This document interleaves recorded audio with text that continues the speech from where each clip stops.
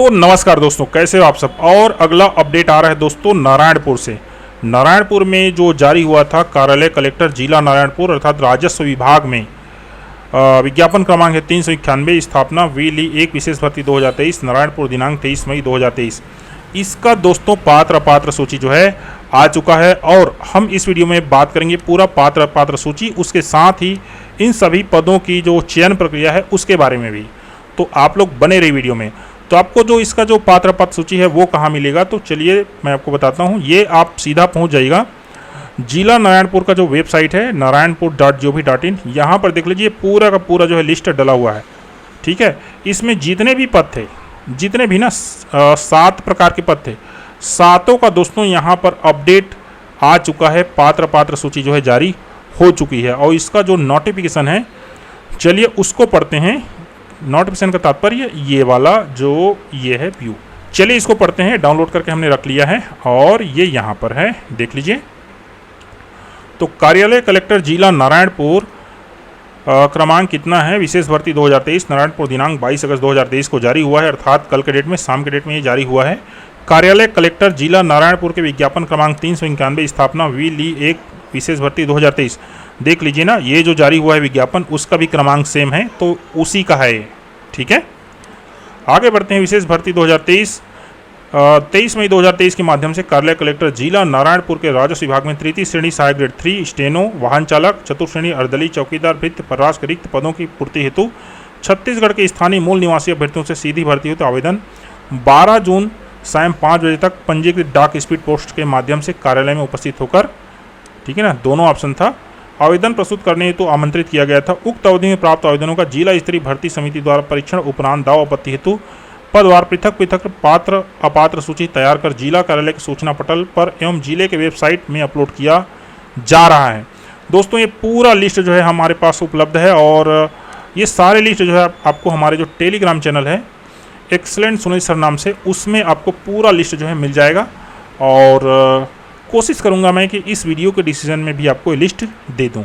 तो आगे बढ़ते हैं दोस्तों। जिस किसी उम्मीदवार को उक्त सूची में किसी प्रकार की आपत्ति हो, दिनांक 29 अगस्त 2023 शाम 5 बजे तक पंजीकृत डाक स्पीड पोस्ट के माध्यम से अथवा कार्यालयीन समयावधि में उपस्थित होकर दावा आपत्ति प्रस्तुत कर सकते हैं। यहाँ पर दोनों ऑप्शन दिया गया दोस्तों, ये बहुत बढ़िया है। जो दूर में रहते हैं वो पोस्ट कर दें और जो नज़दीक में है वो स्वयं उपस्थित हो जाएं। दावा आपत्ति बंद लिफाफे में प्रस्तुत किया जाएगा। लिफाफे पर भर्ती वर्ष, आवेदित पद का नाम एवं दावा आपत्ति लिखा जाना अनिवार्य है।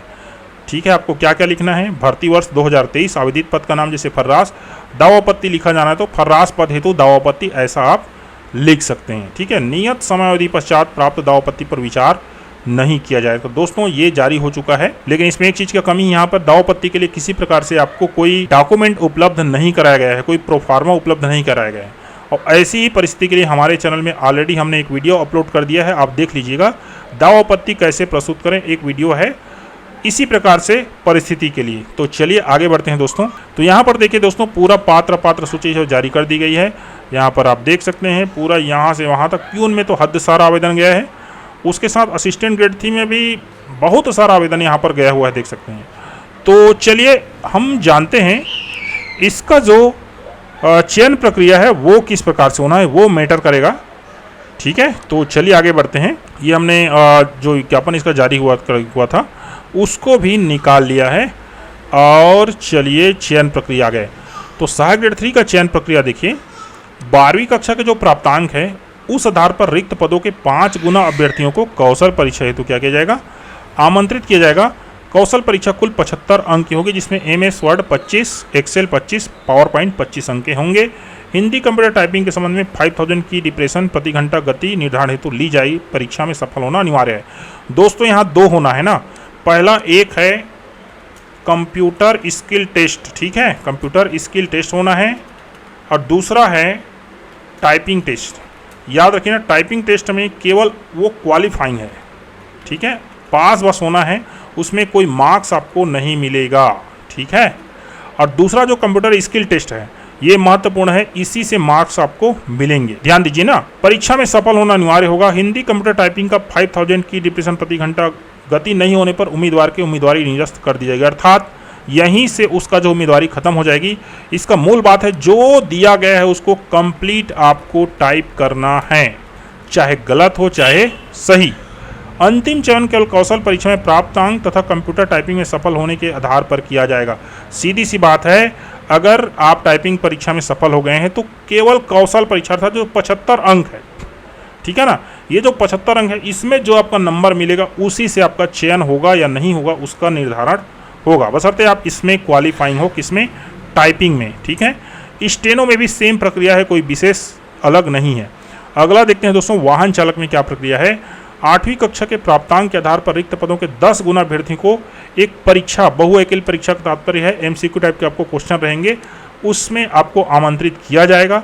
शासकीय संस्था, कार्यालय अथवा शासकीय अनुदान प्राप्त संस्था में वाहन चलाने का न्यूनतम 1 वर्ष पूर्ण का अनुभव अनिवार्य तथा अनुभव प्रमाण पत्र कार्यालय विभाग प्रमुख द्वारा जारी मान्य होगा। यहाँ पर अनुभव अनिवार्य मांगा गया है ना। प्रत्येक पूर्ण वर्ष के अनुभव के लिए 4 अंक जो है दिए जाएंगे। अनुभव के लिए अधिकतम 20 अंक दिए जाएंगे।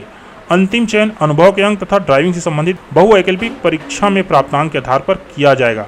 तो यहाँ पर चयन 2 आधार पर किया जाएगा, एक है दोस्तों एक्सपीरियंस और दूसरा है एग्ज़ाम, ठीक है। आगे बढ़ते हैं दोस्तों, अनुभव के परीक्षण हेतु एक सामान्य कौशल परीक्षा ली जाएगी, अर्थात अनुभव है आपके पास तो उसका कौशल परीक्षा लिया जाएगा। उस कौशल परीक्षा में आपको सफल होना अनिवार्य है, उसका अंक मेरिट में नहीं जोड़ा जाएगा। अगला दोस्तों देख लीजिए, लास्ट है चतुर्थ श्रेणी के पद है अर्दली, चौकीदार, भृत्य एवं फर्रास। 5वीं कक्षा के प्राप्तांकों के आधार पर रिक्त पदों के 10 गुना अभ्यर्थियों को कौशल परीक्षा हेतु आमंत्रित किया जाएगा। कितने गुना? 10 गुना। अभ्यर्थियों के परीक्षा फल में ग्रेडिंग सिस्टम पाए जाने पर 1:10 के अनुपात में बदलाव किया जा सकेगा, ठीक है, इसको समझना पड़ेगा ना। अभ्यर्थियों के परीक्षा फल में ग्रेडिंग सिस्टम पाए जाने पर 1:10 के अनुपात में बदलाव किया जा सकेगा, अर्थात अभी जो 1:10 बोला जा रहा है, ठीक है ना, उस अनुपात में बदलाव किया जा सकेगा। इस स्थिति में किसी भी एक ग्रेड के तथा उस ग्रेड के समकक्ष प्राप्तांकों वाले सभी उम्मीदवार को परीक्षा हेतु आमंत्रित किया जाएगा, जिसमें 100 अंक के बहुवैकल्पिक प्रश्न होंगे। 100 अंक का तात्पर्य यहाँ पर 50 प्रश्न भी हो सकता है और 100 प्रश्न भी हो सकता है। बहुवैकल्पिक परीक्षा में छत्तीसगढ़ का सामान्य ज्ञान, सामान्य गणित के प्रश्न पूछे जाएंगे। अंतिम चयन केवल परीक्षा के प्राप्तांक के आधार पर होगा। तो दोस्तों यहाँ पर जो नियुक्ति होना है दोनों प्रकार से कहना चाहिए, पहला तो मेरिट बेसिस पर उनको जो है बुलाया जाएगा और दूसरा है परीक्षा लिया जाएगा उनका, ठीक है, अर्थात 2 प्रकार से चयन पद्धति हो गया, पहला मेरिट बेसिस और दूसरा परीक्षा।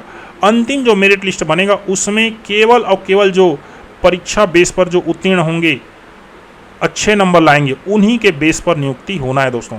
और इसी परिस्थिति के लिए हमारे चैनल में दोस्तों ऑलरेडी एक वीडियो अपलोड है कि किस प्रकार से जो है प्रश्न पत्र आते हैं। देख लीजिए भृत्य में, ये भृत्य उसी लेवल का एग्जाम है और कुछ नहीं है, ठीक है, आप देख सकते हैं। इसका अगर आपको जो है क्वेश्चन पेपर चाहिए, PDF चाहिए, तो फिर आप हमारे चैनल के मेंबर होंगे तो आपको मिल भी जाएगा और ये सही समय है मेंबर बनने का भी।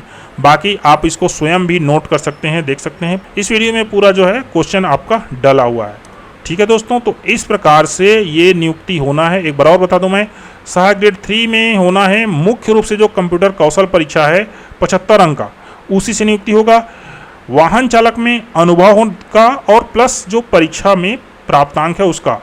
चौकीदार अर्थात जो चतुर्थ श्रेणी जो भर्ती है उसमें केवल और केवल जो परीक्षा है, ठीक है ना, 100 अंक का जो परीक्षा लिया जाएगा एग्जाम, उसी के बेस पर दोस्तों नियुक्ति होनी है।